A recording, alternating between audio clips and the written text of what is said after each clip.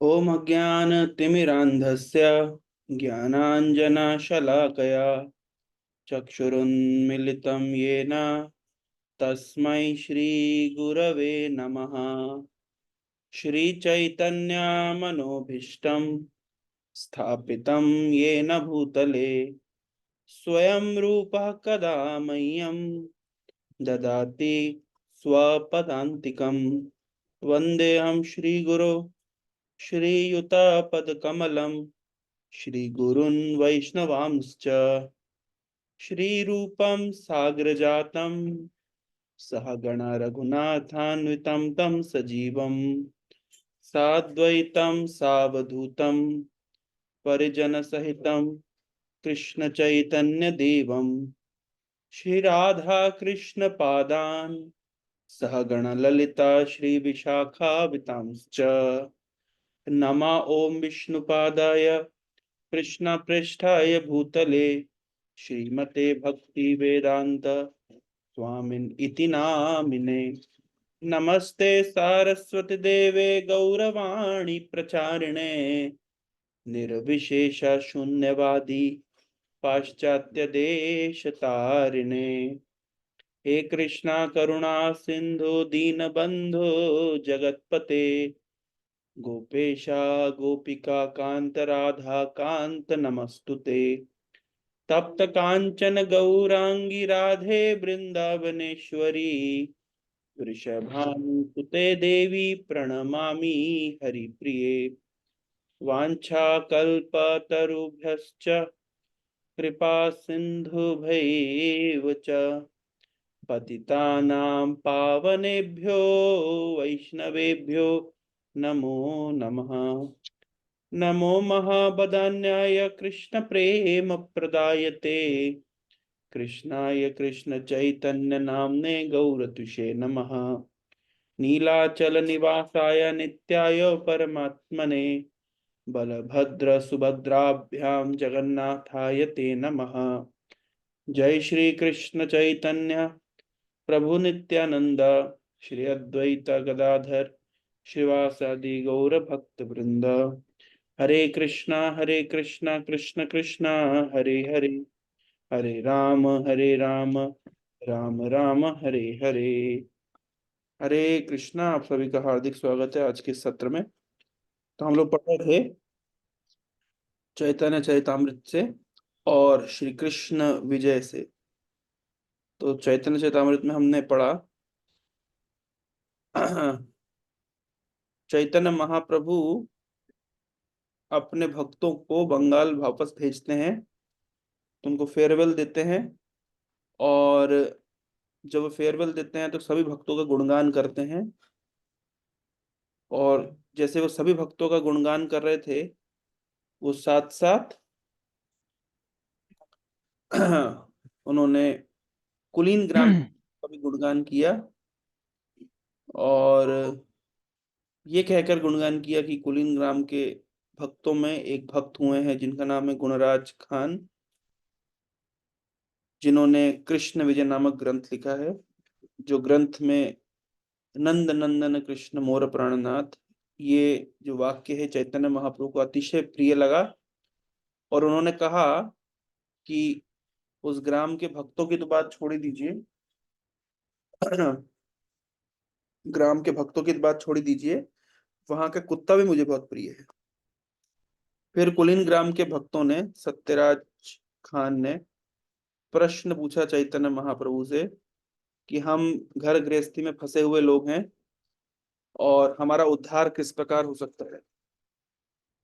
तब चैतन्य महाप्रभु ने उत्तर दिया कि आप भगवान की सेवा करिए और वैष्णवों की सेवा करिए और नाम संकीर्तन करिए। तब सत्यराज खान ने प्रश्न पूछा और रामानंद बसु सत्यराज खान दोनों ने प्रश्न पूछा कि हम कैसे पहचानेंगे कि कौन वैष्णव है। तब चैतन्य महाप्रभु ने उत्तर दिया कि जिसके मुख से एक बार भी भगवान का नाम आता है वो वैष्णव है।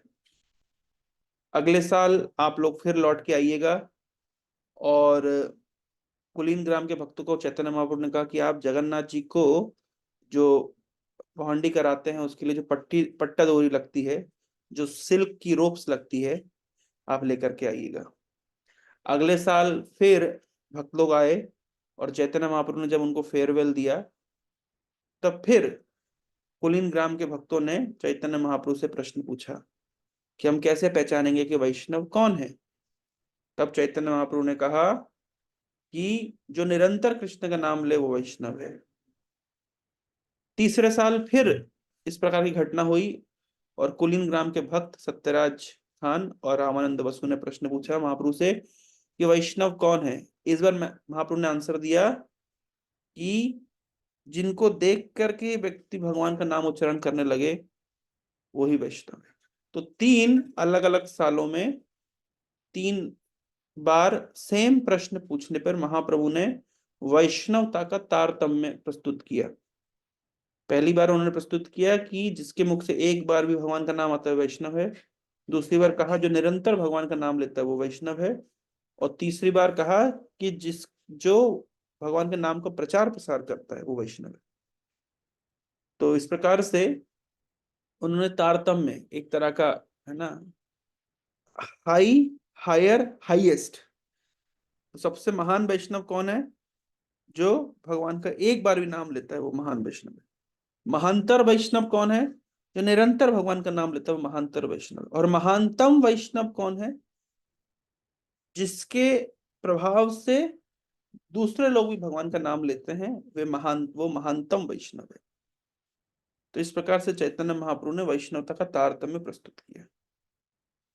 जब पहली बार चैतन्य महाप्रभु से पूछा गया कि वैष्णव कौन है, तो महाप्रभु ने कहा कि जो भगवान का पवित्र नाम का जप करता है वो वैष्णव है। तो उसके ऊपर महाप्रभु ने खुद ही बताया कि जो हम कल चर्चा कर रहे थे, दीक्षा पुरश्चर्य विधि अपेक्षा ना करे, जिह्वा स्पर्श आ चंडाल सवारे उद्धारे। तो दीक्षा और पुरश्चर्य विधि की अपेक्षा नहीं करता है ये नाम संकीर्तन। कोई व्यक्ति अगर दीक्षा लिया है नहीं लिया है इससे फर्क नहीं पड़ता है, नाम अपना प्रभाव डालता है। तो फिर आज चर्चा का विषय है कि फिर हम दीक्षा क्यों लेते हैं, दीक्षा क्या है, क्यों ली जाती है ना, और इसका इसका क्या प्रभाव है। तो इसको हम पढ़ेंगे। पढ़िए, कौन ट्रांसलेशन पढ़ेगा?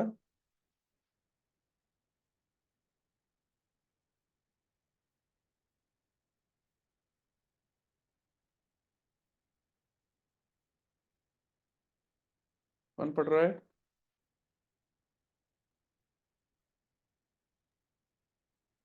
हरे कृष्णा प्रभु। पढ़िए। Translation: One does not have to undergo initiation or execute the activities required before initiation. One simply has to vibrate the holy name with his lips. Thus, even a man in the lowest class, Chandala, can be delivered. Purport. Purport. Srila Jiva Goswami explains Diksha in his Bhakti Sandarbha 283. Divyam Jnanam Yato Dhatyat कुर्यात् पापस्य संकर्षं तस्मात् दीक्षा इति स प्रोक्त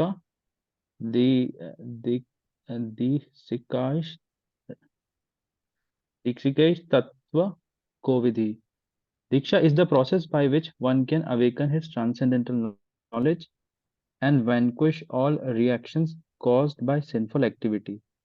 A person expert in the study of the revealed scriptures knows this process as Diksha. The Diksha regulative शब्दों principles से of बना Diksha है। are explained in the Hari Bhakti Diksha Vilas दो शब्दों से बना 2.3 से 4. है। वो दीक्षा 2 शब्दों से बना है, दी और क्ष। दी मतलब दिव्य ज्ञान, क्ष मतलब पाप कर्मों का क्षय। जी. दिव्यम ज्ञानम यतो दद्यात् कुर्यात् पाप संक्षय। दीक्षा में मतलब 2 चीजें हो रही है कि गुरु से हमें दिव्य ज्ञान प्राप्त होता है और उस दिव्य ज्ञान से आध्यात्मिक ज्ञान के बल पर सारे पाप कर्मों का क्षय हो जाता है। यस।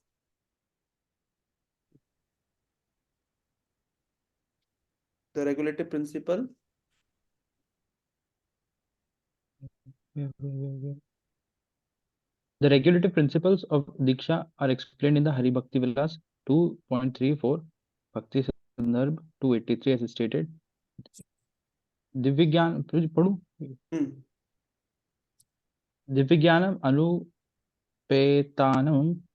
ज्ञानम अनुपेतानां स्वकर्माध्यायन आदिषु यथा धिक्कारो नास्तिह स्याच् चोपनायध्यानात् अनु तथात्र आदिक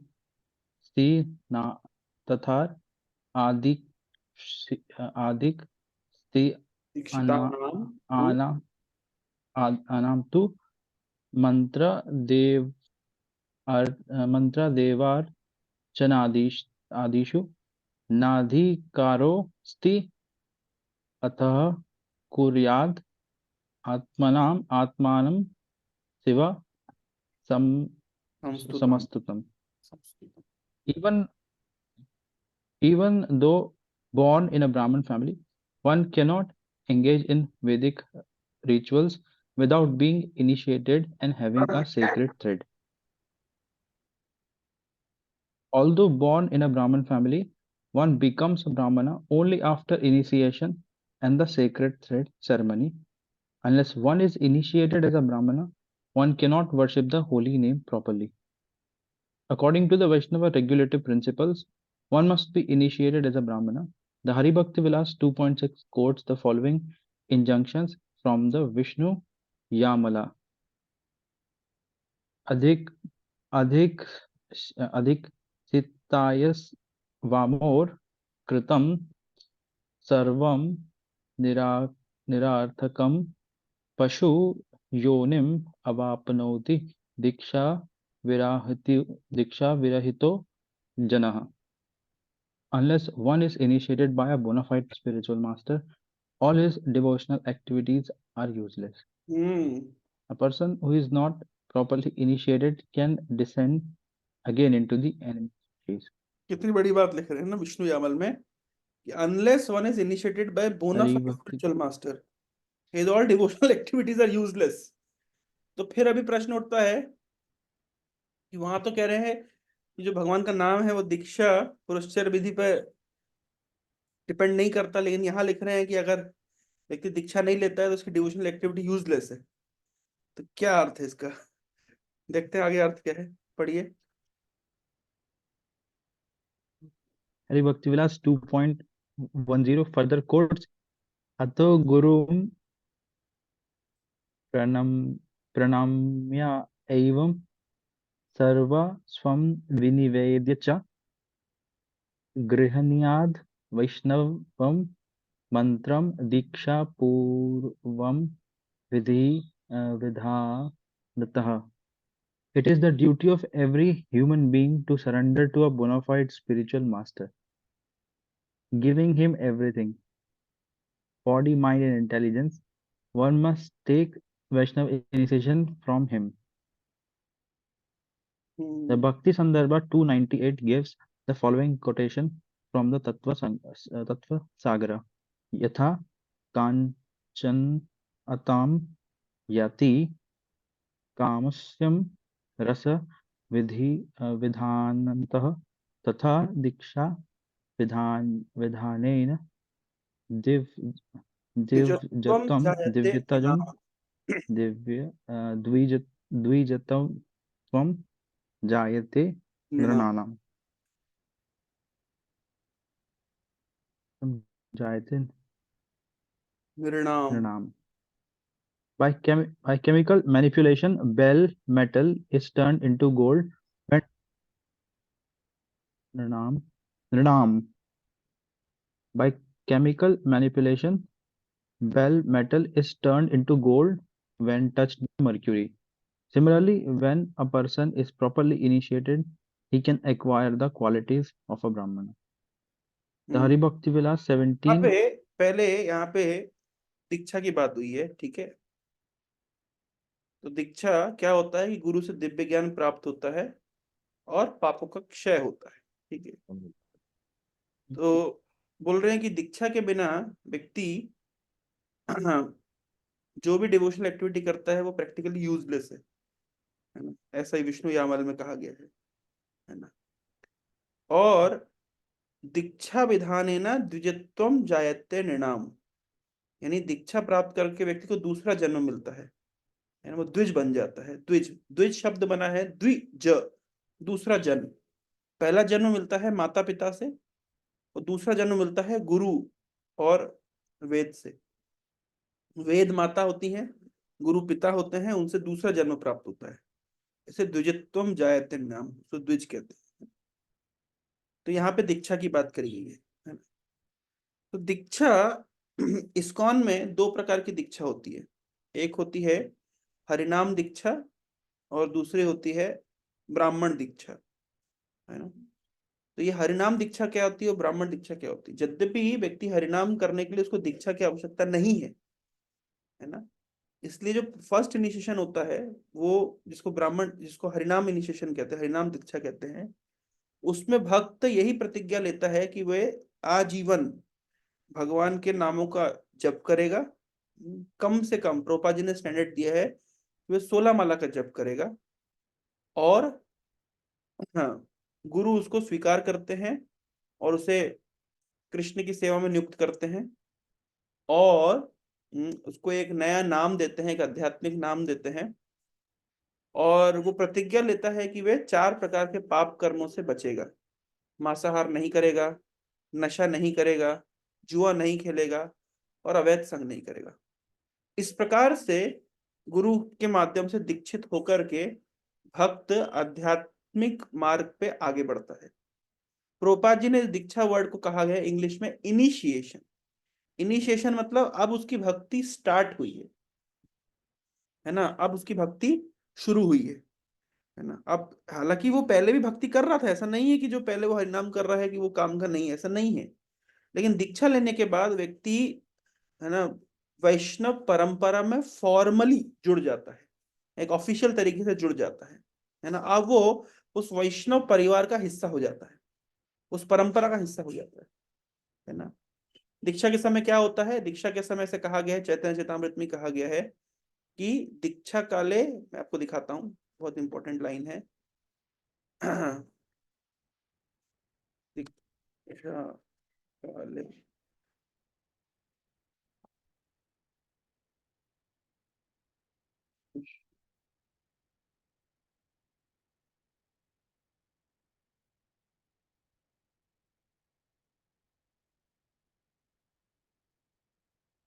वो कहाँ गया?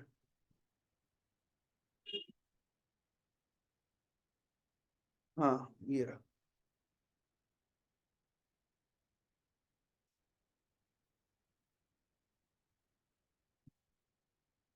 यस, दीक्षा काले भक्त करे आत्मसमर्पण, सेई काले कृष्ण तारे करे आत्मसम। At a time of initiation, when a devotee fully surrenders onto the service of the Lord, Krishna accepts him to be as good as himself. दीक्षा के समय भक्त क्या करता है? गुरु के माध्यम से कृष्ण को सरेंडर करता है, सर अंडर करता है ना। और उस समय कृष्ण उसको स्वीकार कर लेते हैं, है ना। दीक्षा काले कृष्ण भक्त करे आत्मसमर्पण, ये अपने आप को भक्त कृष्ण की भक्ति के लिए समर्पित करता है। तो दीक्षा के माध्यम से भक्त फॉर्मली उस परंपरा से कनेक्ट हो जाता है और उसे भावना रहती है कि अब मैं कृष्ण का दास हूं, मैं कृष्ण के परिवार का अंश हूं और मेरे जीवन का उद्देश्य है कि मुझे कृष्ण की भक्ति करनी है। इस प्रकार से भक्त दीक्षा के समय और सीरियस हो जाता है, उसकी भक्ति प्रैक्टिस सीरियस हो जाती है। इसलिए हर भक्त को ये आशा रखनी चाहिए कि मैं प्रमाणिक वैष्णव परंपरा में दीक्षित हूं, जुड़ूं और अपनी भक्ति को आगे बढ़ाऊं। इस प्रकार की एक अभिलाषा होनी चाहिए, है ना। इससे क्या होता है? इससे उसकी भक्ति की इंटेंसिटी बढ़ जाती है। इसको दीक्षा कहते हैं। दीक्षा के समय गुरु के सामने, वैष्णवों के सामने, अग्नि के सामने भगवान के विग्रह के सामने, है ना। इस प्रकार से भक्त क्या करता है, प्रतिज्ञा लेता है कि मैं आजीवन भक्ति के सिद्धांतों का पालन करूंगा।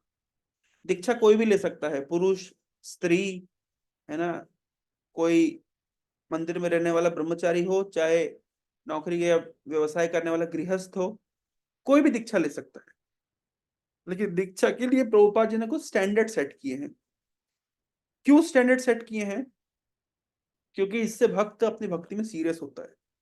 अगर मान लीजिए आपको बता दिया जाए कि आप अपने मन से नाम जप करिए जितना करना है, तो हम हार्डली 2-4 माला से ज्यादा नहीं करेंगे।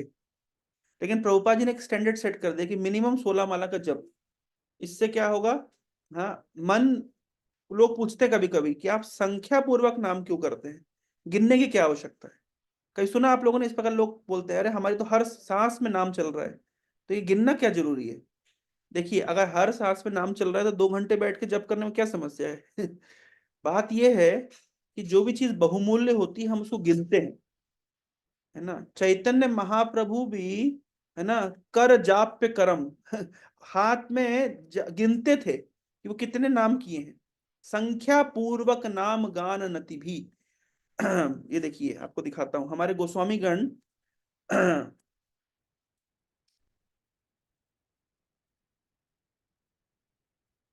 ये देखिए, यहाँ पे लिखा है, षड गोस्वामी अष्टकम में लिखा है, एक बड़ी अच्छी लाइन लिखी है कि हमारे गोस्वामीगण ने स्टैंडर्ड सेट किया है।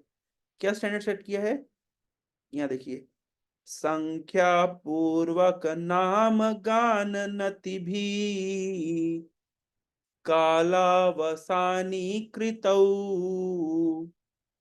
निद्राहार विहार कादि विजितौ, चात्यंत दीनौ च यौ,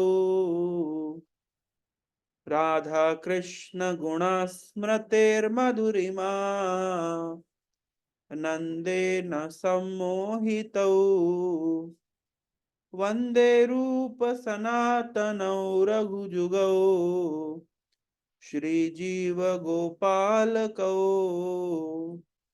वो मेरी क्लास में नहीं।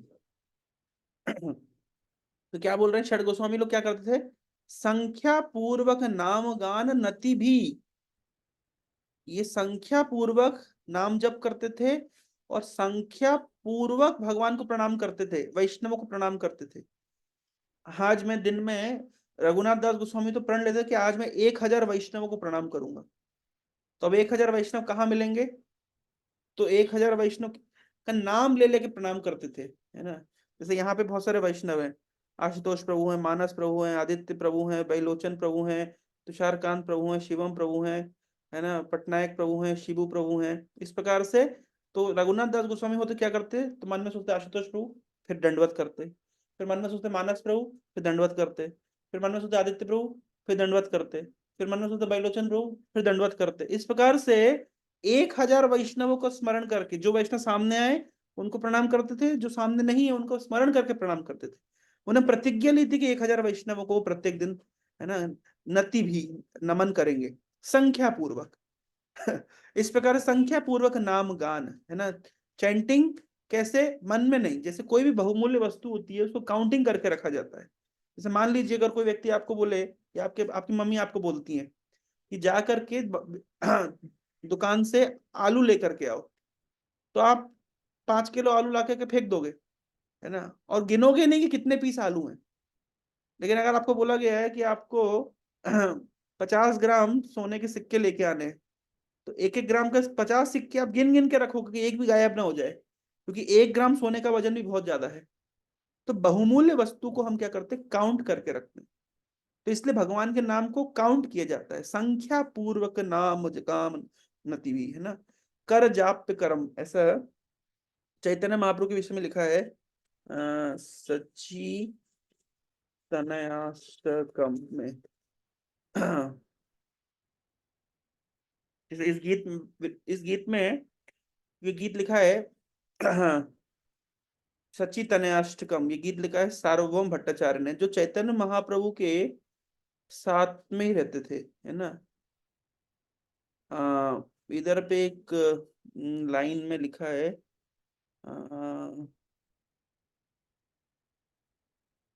इधर है या कौन से गीत में था? जल पितने गुण नाम विनोदम, 3 नंबर में क्या लिखा है? ओके,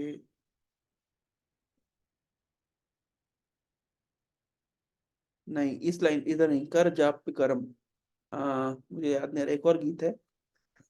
कर जाप करम, देखें, शची शुतास्तम है ये, शची शुट अस्तकम इधर पे लिखा है।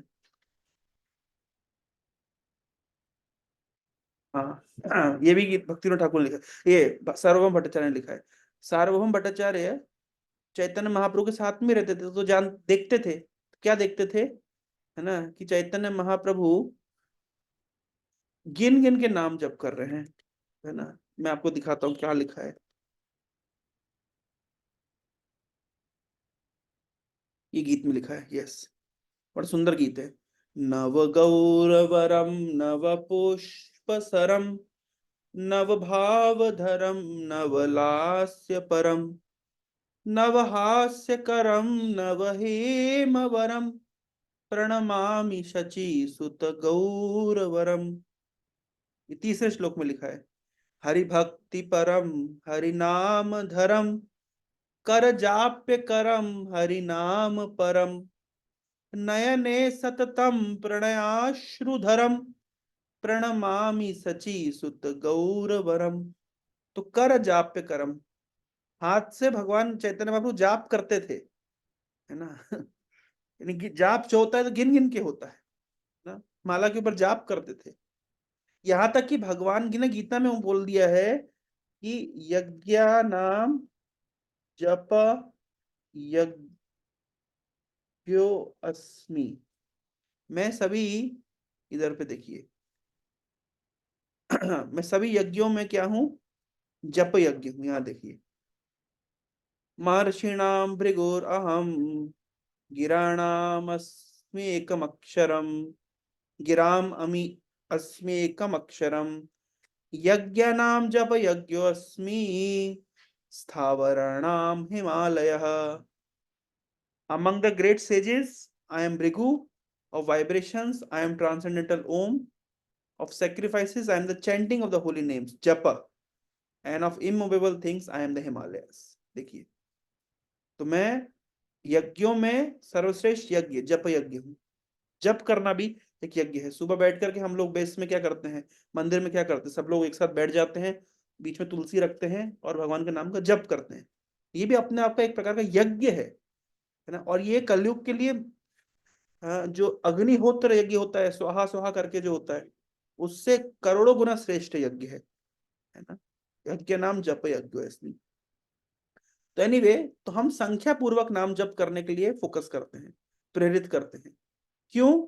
क्योंकि अगर हम संख्या पूर्वक नाम जप नहीं करेंगे तो मन हमारा चीटिंग करेगा, है ना। इसलिए एक प्रतिज्ञा, तो प्रोपा जी जब अमेरिका गए तो प्रोपा जी ने कहा ठीक है, आप लोगों को 64 माला का जप करना पड़ेगा। तो भक्तों ने कहा प्रभुपाद जी 64 माला संभव नहीं है। तो प्रभुपाद जी ने कहा ठीक है, आप एक काम करिए, 32 माला का जप करिए। तो प्रभुपाद जी से उन्होंने कहा प्रभुपाद जी 32 माला भी प्रैक्टिकल नहीं है। तो प्रभुपाद जी ने कहा ठीक है, लास्ट 16 माला, उससे कम नहीं चलेगा। तो फिर उन्होंने 16 माला का विधान रखा, 16 माला मिनिमम व्यक्ति को जप करना है अगर इसको इस्कॉन में दीक्षा लेना है। तो इस तरीके से इस्कॉन में प्रभुपाद जी ने दीक्षा के सिस्टम को रिकमेंड किया। यहाँ पे लिखा है, मैं इसको पढ़ देता हूँ आप लोगों के लिए। पुरुषचर्या क्या होता है?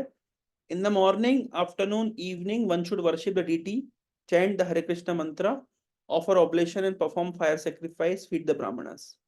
These 5 activities constitute Purushcharya. To attain full success when taking initiation from the spiritual master, one should perform these Purushcharya process. तो दीक्षा के पहले ये पुरुषचर्या विधि होती है। मैं आपको दिखाऊंगा वो कैसे होती है। The word Pura means before and Charya means activities.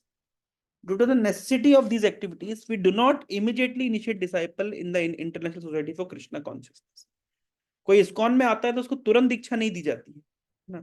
For 6 months, कम से कम 6 महीने के लिए, a candidate for initiation must attend Aarti and classes in the shastras, practice regulative principle and associate with other devotees. कम से कम 6 महीने भक्त को चाहिए कि रेगुलरली वो विजिट करे सेंटर्स में, आरती अटेंड करे, कीर्तन अटेंड करे और क्लासेस अटेंड करे और शास्त्र को समझे, फिलॉसफी को समझे और रेगुलेटिव प्रिंसिपल्स को फॉलो करे, प्रैक्टिस करे। क्योंकि एकदम से क्योंकि देखिए, इस्कॉन में जुड़ने से पहले, भक्ति मार्ग में जुड़ने से पहले हम बहुत सारे गलत कार्य करते थे, तो इमीडिएटली उसको छोड़ना संभव नहीं होगा, उसके लिए प्रैक्टिस चाहिए होती है। तो प्रभुपा जी कह रहे हैं 6 महीना कम से कम प्रैक्टिस करें।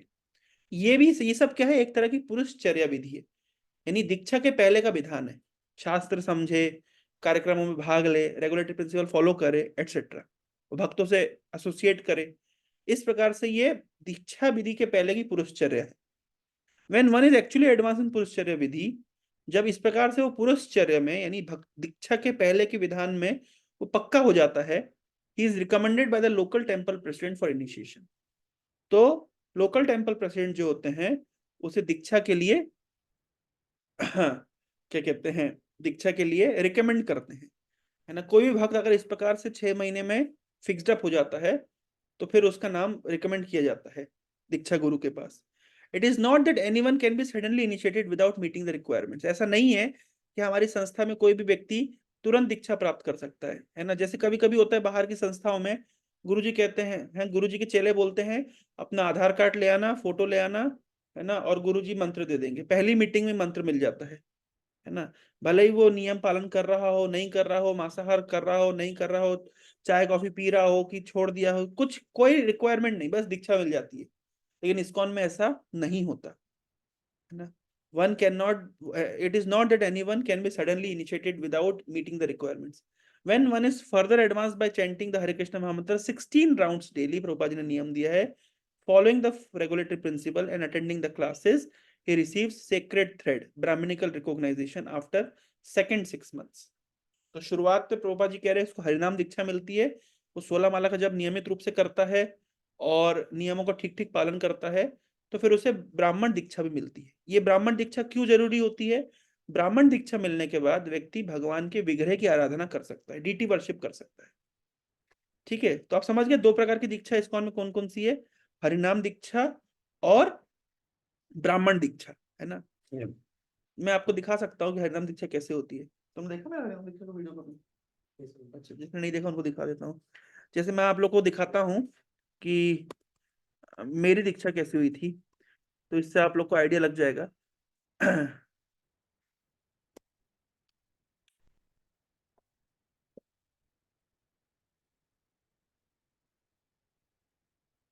जैसे ये हमारी दीक्षा की सेरेमनी है, 2015 में हुई थी क्या मेरी? हाँ, ये तो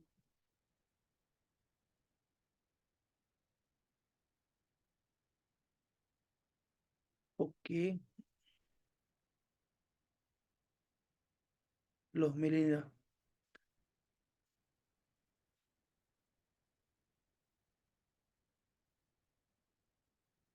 जैसे मान लीजिए ये मुझे चाहिए 2015।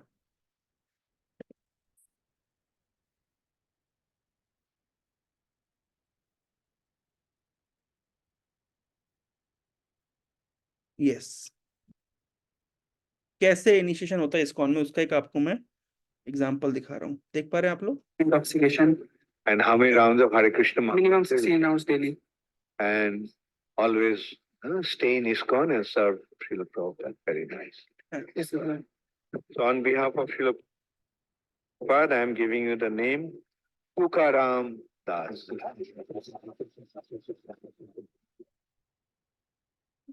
तो इस प्रकार से गुरु के सामने प्रतिज्ञा ली जाती है और उसके बाद यज्ञ होता है, भगवान के सामने, गुरु के सामने, वैष्णव के सामने, अग्नि के सामने भक्त प्रतिज्ञा लेता है कि वो 4 नियमों का पालन करेगा नियमित रूप से और भगवान के प्रति पवित्र नामों का नियमित रूप से जप करेगा। तो ये हो गई है दीक्षा विधि। What are the 4 regulative principles? No meat eating, no gambling, no illicit sex, no intoxication. And how many rounds of Hare Krishna? Minimum 16 rounds daily. इस प्रकार से भक्त को प्रतिज्ञा लेनी होती है। और जब इस प्रकार से कुछ समय प्रैक्टिस करने के बाद में भक्त और कन्विंस्ड हो जाता है फिलोसॉफिकली और प्रैक्टिस भी उसकी रेगुलेटेड होती है। तो उसके बाद में फिर भक्त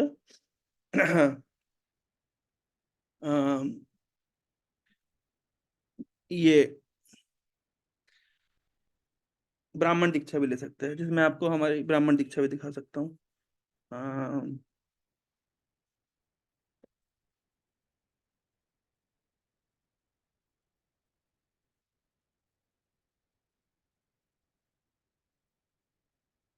जैसे ये Press the bell icon. It is who are illiterate. Personally, I don't really endorse that or appreciate that. Therefore, we have a standard that they have to be at least Bhakti Shastri. That at least they have the very basic Bhakti Shastri course is very easy. And at least they should have Bhakti Shastri. And the point is that, yes, we should make it a point, it's a policy, that there is a consideration of qualification. And those who are taking Brahman initiation, make it a point that you become learned, read. The occupation of a Brahmana is Pathan. Pathan means read, and Pathan means teach. So you study, you learn, and whatever you learned, give it out. Preaching means giving them Krishna consciousness. Preaching doesn't mean just take Mahaprasad and get donation. Often it happens. Go out and give some Mahaprasad, give a life membership form with all kinds of promises. I don't want to get into that. Just to get some money out of them, become life member, and after that, no cultivation, no contact with those people. That is not right. We must be honest. Devotees, Vaishnavas must be truthful. When they say something, they must hold on to that. If we don't, then what happens? That our vows, our commitments won't have any value. यहाँ पे बताया जा रहा है, मैं पूरा उसमें नहीं जाऊंगा, यहाँ पे डिस्कशन ये हो रहा है कि जो ब्राह्मण दीक्षा होती है तो भक्त को चाहिए कि वो ब्राह्मणों के गुणों को अर्जित करे, है ना। केवल दीक्षा लेने से नहीं होता है ना। ब्राह्मण के गुण होते हैं पठन पाठन यजन याजन दान प्रतिग्रह, है ना। तो वो लर्नेड बने, वो शास्त्रों का जानकार बने और दूसरों को शास्त्रों की शिक्षा दे, है ना। और इस्कॉन में स्टैंडर्ड ये है कि जो व्यक्ति ब्राह्मण दीक्षा लेता है फिर वो भगवान के विग्रह की आराधना मंदिर में कर सकता है ना। मंदिर में ऑल्टर में जाके भगवान की सेवा अर्चना आदि, तो उसको करने के लिए उसे ब्राह्मण दीक्षा लेनी पड़ती है।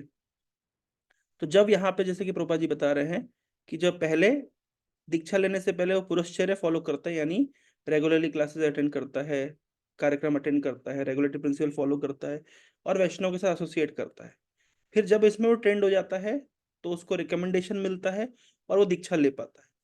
उसके बाद में जब वो दीक्षा लेता है, उसके कुछ समय के बाद में जब वो नियमित रूप से 16 माला का जप कर रहा होता है और धीरे धीरे प्रगति करता है, रेगुलेटरी प्रिंसिपल ठीक से फॉलो करता है, क्लासेस अटेंड करता है, शास्त्र में वो एक्सपीरियंस होता है, तो फिर वो ब्राह्मण थ्रेड, उसको यज्ञोपवीत स्वीकार करता है और उससे अब वो ब्राह्मणिकल, वो ब्राह्मण माना जाता है है ना। यानी अब वो भगवान की अर्चा वगैरह की आराधना कर सकता है ना। यहाँ पे बताया गया है कि जैसे ये इधर पे बाय यथा कांचनांतम याति कांस्यम रस विधानतः तथा दीक्षा विधानेन द्विजत्वम जायते नाम।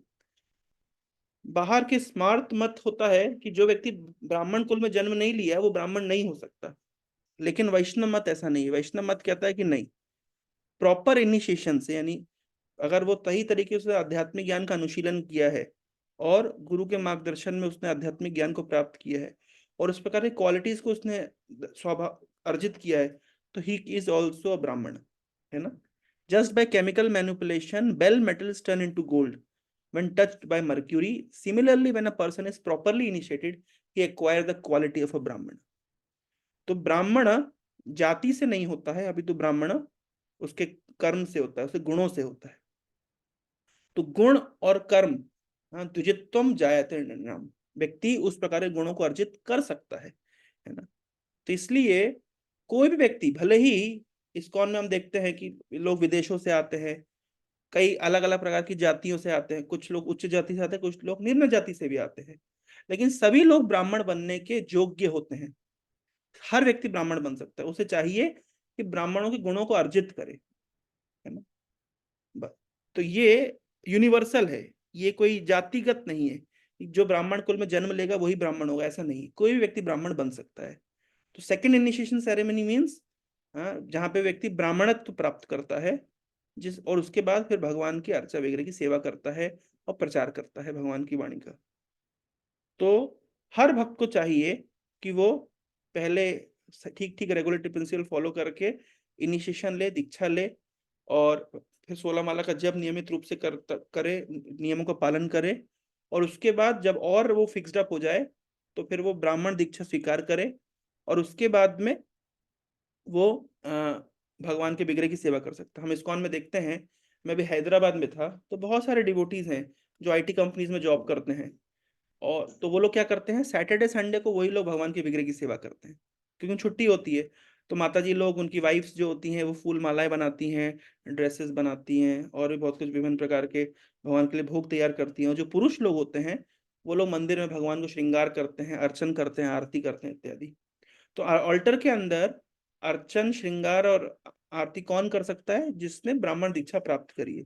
कोई भी किसी को भी ऐसे घुसा नहीं दिया जाता है ऑल्टर के अंदर। बहुत सारे स्टैंडर्ड्स प्रभुपाद जी ने रखे हैं, डीटी वर्शिप के स्टैंडर्ड्स। ये सब स्टैंडर्ड्स नारद पंचरात्र से लिए गए हैं, नारद मुनि के रिकमेंडेशन के हिसाब से। नारद मुनि ने सजेस्ट किया, कुछ भी मन से नहीं बनाया गया। तो इस्कॉन में हम जो कुछ भी देखते हैं वो बहुत शास्त्रीय है ना। तो इस प्रकार से कोई व्यक्ति गृहस्थ होते हुए भी एक ब्राह्मण का कर्तव्य पालन कर सकता है, और वो भगवान की सेवा कर सकता है। अब प्रश्न ये उठता है कि अगर ब्राह्मण दीक्षा की जरूरत है डीटी वर्शिप करने के लिए, लेकिन अगर कोई व्यक्ति डीटी वर्शिप ना करे, तो क्या बिना डीटी वर्शिप किए क्या नाम सफिशिएंट नहीं है? मन में तो ये प्रश्न उठता है कि भाई, हम जब सुनते हैं कि कलयुग के लिए तो केवल नाम ही सब कुछ है, तो अगर कलयुग में नाम ही सब कुछ है, तो फिर डीटी वर्शिप क्यों करनी है? भगवान के विग्रह की आराधना क्यों करनी है? और अगर विग्रह की आराधना के बिना काम चल जाता है नाम करने मात्र से, तो फिर डीटी वर्शिप करनी नहीं, तो दीक्षा लेने की जरूरत नहीं है। तो ये क्या, इसका अर्थ क्या हुआ? तो अब यहाँ पे जीव गोस्वामी समझा रहे हैं कि नहीं, यद्यपि नाम जप में सफिशिएंट शक्ति है, और जो व्यक्ति नाम करता है उसे और कुछ करने की आवश्यकता नहीं है, लेकिन फिर भी व्यक्ति को चाहिए कि वो डीटी वर्शिप करे। क्यों करे? इसका आंसर यहाँ पे दिया गया है। यद्यपि श्री भागवत मते पंचरात्रादिवत अर्चन मार्गस्य आवश्यकत्वं नास्ति। यद्यपि श्रीमद् भागवत मते पंचरात्र विधि अर्चन मार्गस्य आवश्यकता नास्ति। भागवत के अनुसार, पंचरात्रि की विधि के अनुसार, भागवत के मत क्या है कि पंचरात्रि विधि अनुसार अर्चन करने की आवश्यकता नहीं है, डीटी वर्शिप की जरूरत नहीं है, केवल नाम ही सफिशिएंट है। फिर क्यों करना है? तद विनापि शरणापत्तादिनाम एक तरेणापि पुरुषार्थ सिद्धेर अभि अभि ही अभितत्वत्। बोल रहे हैं फिर भी व्यक्ति को चाहिए कि वो गुरु की शरण स्वीकार करे। तथापि श्री नारद आदि वर्तमानानुसार आदि भी श्री भागवत सह संबंध विषयम दीक्षा विधानेन श्री गुरु चरण संपादितम चिकिर शब्दितः क्रियतायाम दीक्षायाम अर्चनम अवश्यम क्रियेतैव। बड़ी बड़ी बात बोल रहे हैं श्री जीव गोस्वामी यहाँ पे। क्या बोल रहे हैं? यद्यपि it is Srimad Bhagavata's opinion that the process of deity worship is not actually necessary, just as the specific prescription of Pancharatna and other scriptures do not have to be followed. जरूरत नहीं है। The Bhagavat enjoins that even without practicing deity worship, one can achieve complete success of human life by any of the other devotional process. नवधा भक्ति में से किसी भी भक्ति में वो क्या कर सकता है? उसको परफेक्शन मिल सकती है। Such as simply offering oneself to Lord's feet for protection. केवल भगवान को शरणागत हो जाए, भगवान मैं आपका हूं ये कहकर के भी परफेक्शन मिल सकता है। तो डीटी वर्शिप क्या करना जरूरत है? दीक्षा लेना क्या जरूरत है? Nonetheless, Vaishnavas follow the path of Sri Narada and his successors. फिर भी वैष्णव नारद मुनि के पंचरात्र को फॉलो करते हैं, नारद मुनि और उनके सक्सेसर्स को फॉलो करते हैं। क्यों करते हैं? An endeavor to establish a personal relation with the Lord by receiving the grace of the bona fide spiritual master through initiation. यद्यपि जरूरत नहीं है, लेकिन वैष्णव क्या मत फॉलो करते हैं? Vaishnavas for the path of Shri Narad and successor endeavor to establish personal relationship with the Lord by receiving the grace of a bona fide spiritual master through initiation. And in this tradition, devotees are obliged at the time of initiation to begin engaging in deity worship. बहुत बड़ी बात बोल रहे हैं। यद्यपि इसकी जरूरत नहीं है, फिर भी वैष्णव लोग इस मत को फॉलो करते हैं। किस मत को? जो नारद मुनि ने दिया है, जिससे भगवान के साथ पर्सनल संबंध स्थापित हो सके गुरु की कृपा से। तो गुरु की कृपा से कैसे स्थापित होगा? दीक्षा के माध्यम से।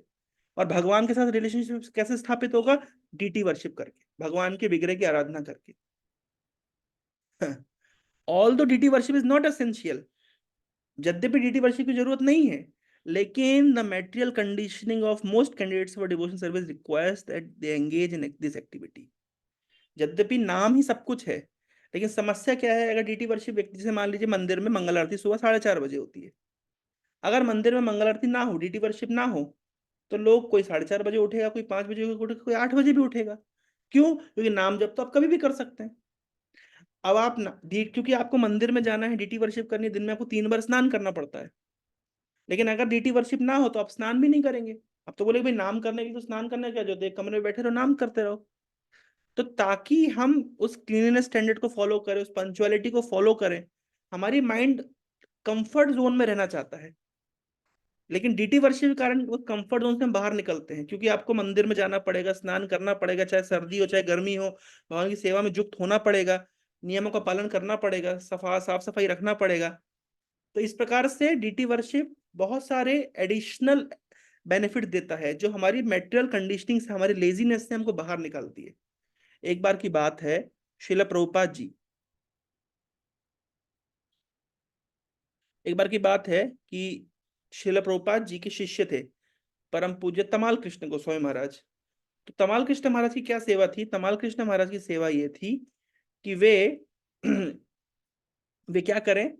वे फंड रेजिंग करें इस्कॉन जुहू प्रोजेक्ट के लिए। और तमाल कृष्ण के साथ थे गिरिराज। तो तमाल कृष्ण गिरिराज ने विचार किया कि जो जुहू का प्रोजेक्ट है वो शहर से बहुत दूर है, क्योंकि उस समय जब प्रभुपाद जी ने वो जमीन ली थी वो प्रैक्टिकली शहर से काफी बाहर थी।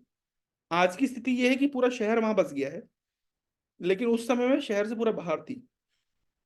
तो उन्होंने विचार किया कि शहर से पूरा इतने दूर जाना पड़ता है हमको फंड रेजिंग करने के लिए, बड़े बड़े इंडस्ट्रियलिस्ट लोगों से मिलना पड़ता है, व्यापारी लोगों से मिलना पड़ता है। तो अब हम क्या करें? तो एक काम करते हैं, हम बीच शहर में एक रूम ले लेते किराए पे, एक घर ले लेते किराए पे। तो उनने किसी एक फ्लैट में एक अपार्टमेंट किराए पे ले लिया और एक बार प्रभुपाद जी को वहां पे आमंत्रित किया। तो प्रभुपाद जी गए और प्रभुपाद जी ने पूछा कि आप लोग यहाँ पे मॉर्निंग प्रोग्राम करते हैं, यानी मंगल आरती और गुरु पूजा इत्यादि? तब तमाल कृष्ण महाराज का, प्रभुपाद जी यहाँ कोई नहीं आता।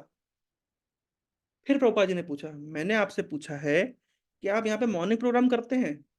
तब तमाल कृष्ण महाराज बोले, प्रभुपाद जी यहाँ कोई भी नहीं आता। फिर प्रभु जी तीसरी बार पूछे, मैं आपसे क्या पूछ रहा हूँ, मुझे क्या आंसर दे रहे हैं? मैंने आपसे पूछा यहाँ मंगल आरती करते हैं? तो बोले नहीं प्रभु हम नहीं करते। क्यों नहीं करते? बोले कोई, क्योंकि कोई और नहीं आता। तो प्रभुपाद जी ने कहा यही समस्या है, मॉर्निंग प्रोग्राम करना, मंगल आरती करना, ये दूसरे के लिए नहीं है, ये आपके लिए है, ये पब्लिक के लिए नहीं है कि पब्लिक आती है तो हम करेंगे, नहीं आती तो हम नहीं करेंगे। ये आपके लिए है ना। और इसलिए आप, ये समस्या, जब आप मंदिर से दूर रहते हैं तो आप फिर मॉर्निंग प्रोग्राम में ढीले हो जाते हैं। हमने सबने अनुभव किया है कि जब हम मंदिर में रहते हैं, बेस में रहते हैं, यूथ सेंटर में रहते हैं, तो हमें भक्ति करना इजी होता है। लेकिन जब हम हॉस्टल में रहते हैं और घर पे रहते हैं, है ना, तो हमें सुबह उठना कठिन लगता है, जप करना कठिन लगता है, और हम मंगल आरती नहीं करते हैं इत्यादि। तो इसलिए मंदिर में रहने के ये बेनिफिट है। क्या बेनिफिट है? मंदिर में कोई व्यक्ति रहता है, या मंदिर के पास में रहता है, या बेस में रहता है, यूथ सेंटर में रहता है, तो इससे क्या बेनिफिट मिलता है उसको? उसको मॉर्निंग प्रोग्राम करने की सुविधा मिलती है, क्योंकि वहां पे डीटी वर्शिप होती है। वहां पे एक नियम है, एक समय है कि मंगल आरती इतने बजे होगी, आरती इतने बजे होगी, इतने बजे जप होगा, इतने बजे गुरु पूजा होगी इत्यादि। तो भक्त व्यक्ति की मेंटल कंडीशनिंग होती है कि वो कंफर्ट जोन खोजता है। तो उसको अपने कंफर्ट जोन से निकालने के लिए जीव गोस्वामी रिकमेंड करते हैं कि सभी वैष्णवों को चाहिए, या जो भी आध्यात्मिक मार्ग में आगे बढ़ना चाहिए उन्हें चाहिए, कि नारद मुनि के मत का अनुसरण करें और पंचरात्र की विधि को भी पैरेलली फॉलो करें। यानी नाम कीर्तन और श्रवण के साथ साथ डीटी वर्शिप और टेम्पल में जो सेवाएं होती है उसको पैरेलली करें। इससे क्या होता है? वो आध्यात्मिक रूप से प्रगति करते हैं, और अपने माइंड की जो कंडीशनिंग है उससे वो बाहर निकल जाते हैं। तो यद्यपि इस युग में नाम ही सफिशिएंट है, दीक्षा पुरश्चर्य विधि अपेक्षा ना करे। यद्यपि चैतन्य चरितामृत बोल रही है कि नाम जो कीर्तन है वो दीक्षा पुरश्चर्य विधि की अपेक्षा नहीं करता है ना। जीवा स्पर्श अचंडाले सवारे उद्धारे, सबका उद्धार करता है। लेकिन फिर भी हम देखते हैं कि वैष्णवों ने ये दीक्षा पुरस्चर्य विधि हमको दी है। क्यों? क्योंकि हम इससे हमारी मेंटल कंडीशनिंग से, हमारे कंफर्ट जोन से बाहर निकल सकते हैं। होप ये आपको क्लियर हुआ। ये बहुत इंपॉर्टेंट पॉइंट आज हमने डिस्कस किया कि without performing posture activity one can not become perfect even bye chanting this मंत्र फॉर हंड्रेड्स ऑफ ईयर्स। अगर ये विधि पालन ना करे तो नाम जप करके फायदा नहीं होगा, क्योंकि हमारी कंडीशनिंग ऐसी है। But one who has undergone the posture विधि process can attain success very easily, है ना। If one wishes to perfect his initiation he must first undergo posture activities. The posture process is the life force by which one is successful in chanting the mantra. Without this, the life force, one cannot do anything. Similarly, without the life force of Purushara Vidhi, no mantra can be perfected. ना यहाँ पे इस बात को बोल रहा है। Although DT worship is not essential, the mental conditioning of the most candidate for devotional service requires that they engage in this activity. When we consider their bodily and mental condition, we find that the character of such individual is impure and their minds are agitated. हम उस स्तर पे नहीं है कि constantly बैठ के नाम जप कर सकें। हमारे मन में रजोगुण का प्रभाव है, काम क्रोध का प्रभाव है। हमें चाहिए कि हम फिजिकली सुबह जल्दी उठें, स्नान करें, आरती में नृत्य करें, भगवान के सामने प्रार्थनाएं करें, प्रणाम करें, और इस तरीके से अपनी रेगुलेटेड लाइफस्टाइल जिए। नहीं तो माइंड इतना एजिटेटेड और इम्प्योर है कि हमको जप करने नहीं देगा। Therefore, to rectify this material conditioning, the great sage Narada and others have different times recommended various kinds of regulations for deity worship. Hope ये clear हो गया।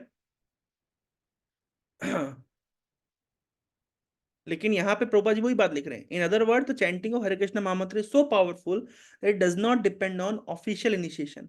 दीक्षा पुरस्कार विधि अपेक्षा ना करे, but if one is initiated and engage in pancharatra vidhi, his Krishna consciousness will awaken very soon and his identification with material world will be vanquished.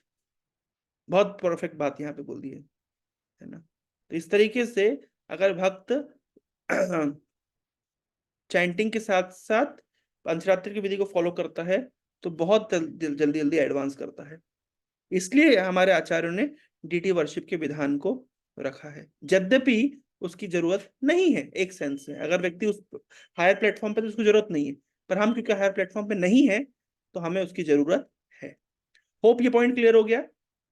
ये जो कुलीन ग्राम के भक्तों को चैतन्य महाप्रभु ने वर्णन किया है कि दीक्षा पुरस्कार विधि अपेक्षा ना करे, है ना, ये पॉइंट आपको क्लियर हो गया। लेकिन फिर भी हम क्यों दीक्षा और पुरुषर्य विधि इस्कॉन में रखे हैं या वैष्णव संप्रदाय में होता है, इसकी क्लैरिटी मिल गई। इस संबंध किसी के मन में कोई डाउट है?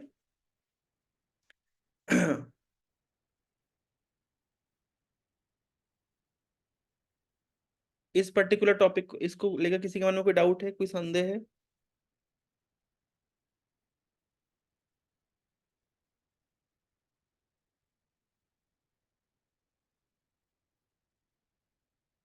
होप ये क्लियर हो गया।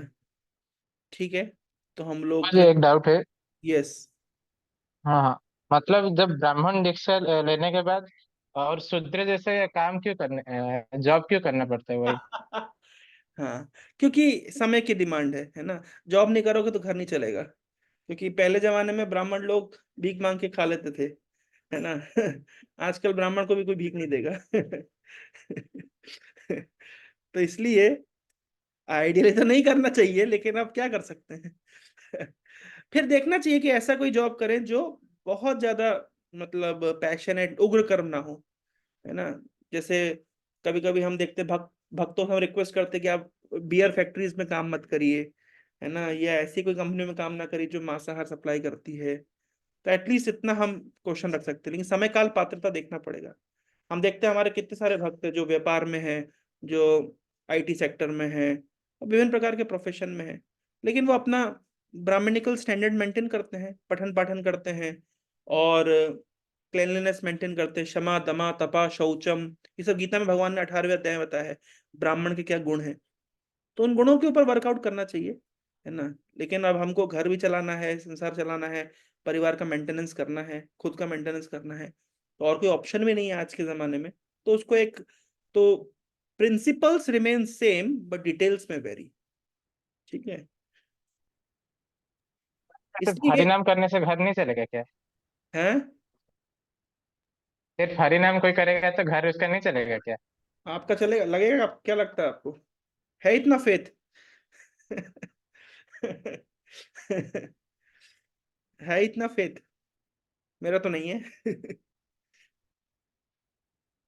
हमको देखना चाहिए हमारे आचार्यों ने क्या शिक्षा दी है। जैसे भक्ति विनोद ठाकुर, वो एक आचार्य हुए हैं, शिला प्रभुपाद जी के गुरु महाराज शिला भक्ति सिद्धांत ठाकुर के पिताजी। तो उन्होंने, वो एक ड्यूपिटी मैजिस्ट्रेट थे। उन्होंने कितने सारे शास्त्र लिखे हैं जो आज हम, कितने सारे गीत लिखे हैं, कितने सारी किताबें लिखी हैं जिनको आज हम पढ़ते हैं। लेकिन उन्होंने क्या किया, अपने ऑफिशियल जॉब के साथ साथ वो डिप्टी मजिस्ट्रेट की पोस्ट में थे। वो बंकिम चंद्र चट्टोपाध्याय के समकक्ष थे और समकालीन भी थे। लेकिन उन्होंने अपनी कृष्णा कॉन्शियसनेस को भी समय दिया और अपने प्रोफेशन को भी समय दिया। वहां पे भी उन्होंने गुडविल अर्जित करी, और यहाँ पे भी। तो उससे उन्होंने हमको सिखाया है। वो भी तो बोल सकते थे हरिनाम करने से सब कुछ होता है, घर चलता है। अरे उनके 10-12 बच्चे थे। प्रभुपाद जी ने भी अपने गृहस्थ आश्रम में हमको दिखाया है कि वे गृहस्थ के रूप में उन्होंने अपने व्यापार को समय दिया, अपने परिवार को समय दिया, और साथ साथ भगवान के नाम का प्रचार प्रसार भी किया। तो हमारे आचार्यों ने जैसा हमको शिक्षा दी, हमें वैसा चलना चाहिए। ना कि हम आर्टिफिशियली बोल सकते हैं कि अरे नाम करने से क्या घर नहीं चलेगा। तो फिर उनने हमें ऐसी शिक्षा दी है, तो उन, है ना, उनने हमारे लिए एग्जाम्पल सेट किया है। तो महाजनों ये न गता सपंथा, यक्षों ने पूछा युधिष्ठिर से सही मार्ग क्या है। तो युधिष्ठिर ने आंसर दिया, यक्षों ने पूछा का पंथा, सही रास्ता क्या है। तो यक्षों ने उत्तर दिया, महाजनों ये न गता सपंथा, जिस मार्ग पे महाजन चले हैं, प्रभुपाद जी जिस मार्ग पे चले हैं, भक्तिविनोद ठाकुर जिस मार्ग पे चले हैं, तो उनने जैसी शिक्षा दी। तो उन्होंने तो कभी ऐसा नहीं बोला कि घर गृहस्थी छोड़ करके बैठ के हरिनाम करो।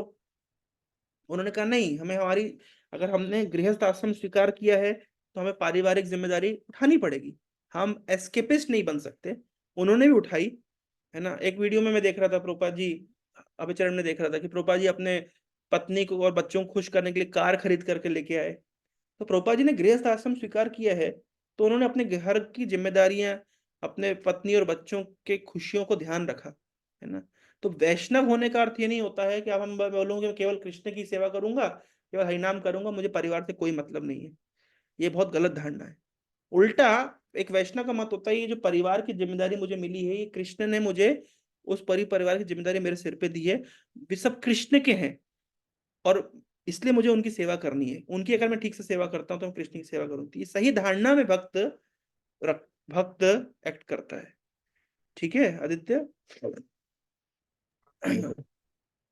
और अगर और हरिनाम, एक डाउट था। हाँ बोलिए बोलिए। मतलब हाँ, चैतन्य महाप्रभु बोले कि जो नाम प्रचार करता है वो वैष्णव है। तो क्या सहजिया भी वैष्णव है? सहजिया भी हाँ? तो कितने मतलब प्रचार करते हैं। जो सहजिया भक्त है, नहीं हाँ, क्या वो भी वैष्णव है? नहीं, यहाँ पे कितनी जगह ही लिखा है नाम प्रचार के साथ साथ नाम के पीछे का सिद्धांत भी पता होना चाहिए। जैसे मायावादी भी हरे कृष्ण मंत्र करते हैं, मायावादी भी राम राम जप करते हैं। पर उनका राम राम जप करने का मत होता है कि ये राम भगवान राम नहीं है, ये तो एक निराकार राम है। तो हरिनाम चिंतामणि में भक्तिविनोद ठाकुर ने समझाया है कि केवल नाम जप करना, साथ साथ नाम जप के पीछे की फिलॉसफी भी हमको पता होनी चाहिए, अदरवाइज हम शुद्ध नाम कभी नहीं कर पाएंगे। समझ रहे हैं? It's not just chanting the names, chanting names in right attitude is also very important. Otherwise केवल अक्षर का उच्चारण होगा, नाम नहीं निकलेगा। नाम क्या होता है? अभिन्नत्व नाम नामिनः, है ना। ये देखिए, जब सही यहीं पे लिखा था, इस परपट को मैंने पढ़ा नहीं पूरा, इसको आप पढ़ सकते हैं।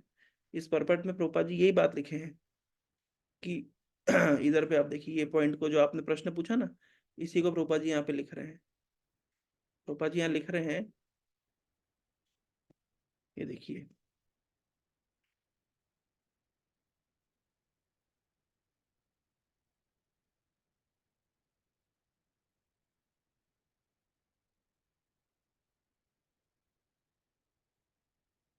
यहाँ पे लिख रहे हैं, yes, if one accepts Hare Krishna Mahamantra as a material vibration, he falls down. One should worship and chant the holy name by accepting it as the Lord himself. One should therefore be initiated properly, sahajiya nahi, properly, according to revealed scriptures and under the direction of bona fide spiritual master. Sahajiya होने से नहीं चलेगा, शास्त्र के मतानुसार और गुरु के direction में हरिनाम किया जाना चाहिए।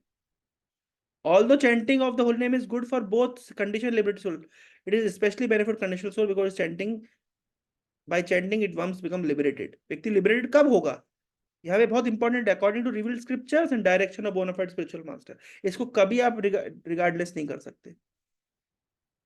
सहेजिया यहाँ पे मिस हो जाते हैं, ना तो शास्त्र का डायरेक्शन स्वीकार करते हैं और ना ही बोनाफाइड गुरु या बोनाफाइड परंपरा में होते हैं।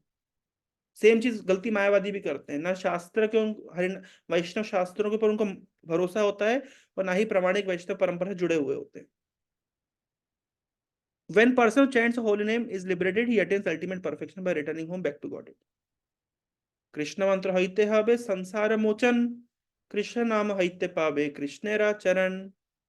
कृष्ण नाम से सब कुछ मिलेगा, संसार बंधन से भी छूट जाएगा व्यक्ति, कृष्ण के चरण को भी प्राप्त करेगा। लेकिन कंडीशन यहाँ है, revealed scriptures under direction of bona fide spiritual master, he must be initiated properly. इसको डिसरिगार्ड नहीं कर सकते, अदरवाइज हम विम्सिकल होकर के हम शुद्ध नाम नहीं कर सकते।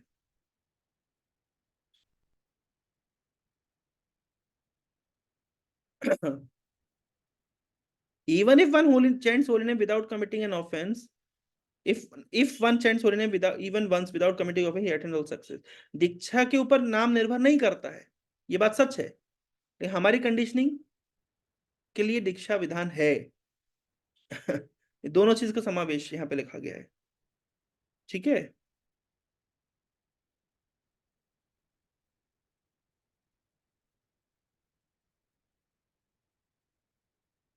अतएव कृष्ण नाम देह विलास प्राकृतेन्द्रिय ग्राह्य नहे हय स्वप्रकाश। Holy name of Krishna, his body is fasting can not be understood by blunt material senses. भौतिक इंद्रियों से उनको नहीं समझ सकते। वैष्णव की कृपा से, ये गुरु की कृपा से, प्रामाणिक वैष्णव परंपरा में आए हुए ज्ञान से व्यक्ति को उस फिलॉसफी को समझना पड़ेगा ताकि वो नामाभास के स्तर से ऊपर उठ सके। ये बहुत बड़ा डीप साइंस है। ठीक है आदित्य प्रभु, ये हरिनाम चिंतामणि नामक ग्रंथ में, हरिनाम चिंतामणि नामक ग्रंथ में चैतन्य महाप्रभु को हरिदास ठाकुर बता रहे हैं कि मायावादी भी नाम जप करते हैं लेकिन उससे ज्यादा प्रभाव नहीं होता, उल्टा उल्टा प्रभाव होता है। क्यों? क्योंकि वो नाम तो कर रहे हैं, लेकिन वो नाम, जैसे वो राम बोलेंगे लेकिन वो राम को स्वीकार नहीं करेंगे, है ना। उनका मत है कि ये राम भगवान नहीं, वो तो कोई निराकार सत्ता है जिसका वो नाम कर रहे हैं, इस तरीके से। बहुत लोग का ऐसा मत है, because they are not properly well versed in philosophical understanding of the Vaishnava scriptures. ठीक है, और कुछ किसी के मन में कोई संदेह? प्रभु जी, और एक मतलब कल का क्लास से एक डाउट था। इसी आप का जो बोले थे मतलब हाँ हाँ, इसी टॉपिक, भक्ति विनोद ठाकुर जो बोले थे, ringing a bell in temple better than opening 100 hospitals and schools, ये मतलब हम दूसरे लोगों को कैसे समझा सकते हैं? इसलिए नहीं समझाना चाहिए। है ना। इसको इसको समझाने का एक विधि होता है, ठीक है। मैं एक सेशन लूंगा कि why preaching is important, how preaching is different from philanthropy and कर्म अकर्म विकर्म। ये सिद्धांत जब मैं समझाऊंगा आपको, तो ये पॉइंट आप एक दूसरे को समझा पाएंगे। ठीक है, तो हम एक क्लास इसी के लिए रखेंगे, ठीक है ना। तब वो और पूरा एक पूरा कॉन्टेक्स्ट क्लियर हो जाएगा ना, तो आप उस किसी को समझा पाएंगे। ठीक है। यस, बोलिए। और एक प्रश्न मेरा दोस्त मुझे पूछा था, वो पूछा था कि एक एक राउंड में 108 बार क्यों जपना होता है? ओके, 108 शुभ संख्या मानी गई है वैदिक टेक्स्ट में। 108 कृष्ण की इम्पोर्टेंट पटरानियां हैं, 108 इम्पोर्टेंट गोपियां हैं, है ना। 108 उपनिषद हैं, है ना। बहुत सारे कारण हैं, तो 108 एक शुभ संख्या है। ज्यादा भी कर सकते हैं, कोई समस्या नहीं है। ठीक है, बहुत बहुत धन्यवाद। तो कुलीन ग्राम के भक्तों को जो चैतन्य महाप्रभु ने उपदेश दिया, ये हमारे लिए बहुत ही महत्वपूर्ण है, और जो हम समझ रहे हैं। कल लास्ट सेशन है इस सेमिनार का, तो हम कल कृष्ण विजय के सॉन्ग्स पढ़ेंगे और कल कंप्लीट कर लेंगे। Thank you very much. Hare Krishna. ग्रंथराज चैतन्य चेतामृत की जय। श्री कृष्ण विजय की जय। जगत गुरु श्रील प्रभुपाद की जय। गौ प्रेमानंदे। हरि हरि बोल।